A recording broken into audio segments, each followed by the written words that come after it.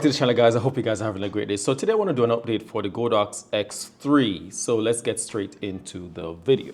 All right, so firstly, what we want to do is we need to go to the godox.com. Once we're here, we go to support. Once we go to support, we go to firmware. Then once we're here at firmware, you're going to go first because you need the launcher for the firmware update, okay?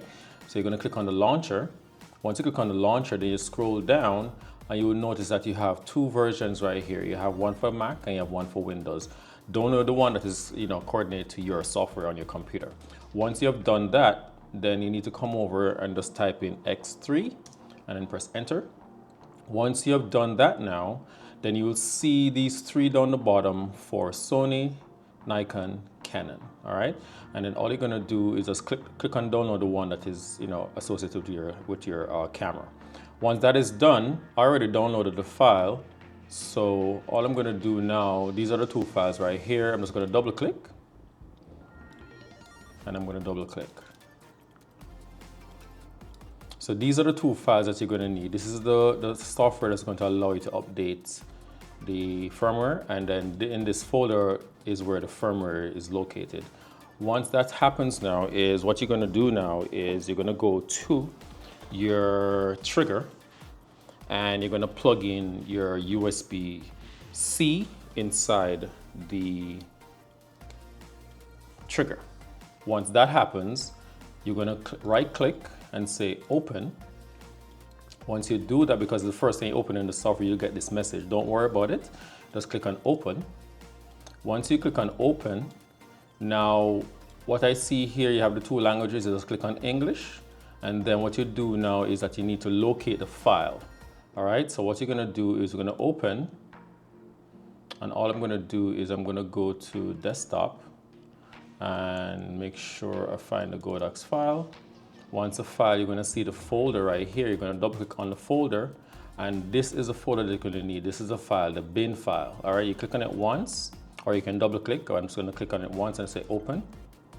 Once you click on it open, you will see that the information right here has come into it, all right? So now what we need to do now is we can now click on update, but what we first need to do is make sure that it's activated on your trigger. So what you do is you're gonna swipe down, go to settings, and go all the way down, and you're gonna see device info. And once you see device info, you'll notice that you're gonna see now the update.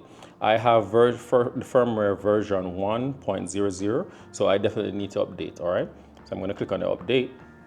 Once you click on update, you will see something saying about disconnect, but don't worry about that. You just ignore it because it's going to reconnect again. Because what happens when you disconnect the trigger, it disconnects your trigger and then it's going to reconnect it back, okay? And then all you do now is just click on update. And let's see.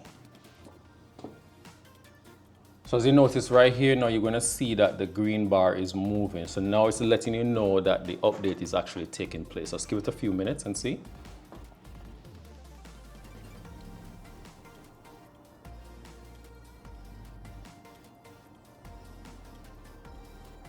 So now it says here that the firmware has been updated successfully.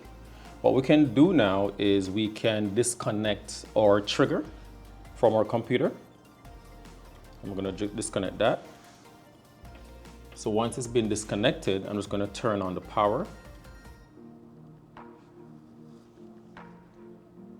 So now that the power is on, I'm gonna just swipe down. I'm gonna go to settings. I'm gonna scroll all the way down to the bottom, and I'm gonna go to device settings. Once you do that now, you're gonna notice that it says firmware version 1.09. So now that you know that, that shows that my firmware has been updated successfully.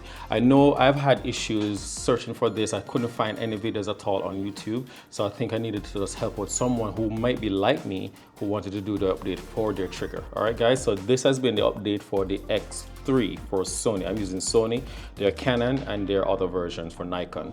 All right, guys, I hope this has helped anyone out there. If it did, smash that like button, guys. If you're new to the channel, subscribe for more videos similar to this and more photography stuff.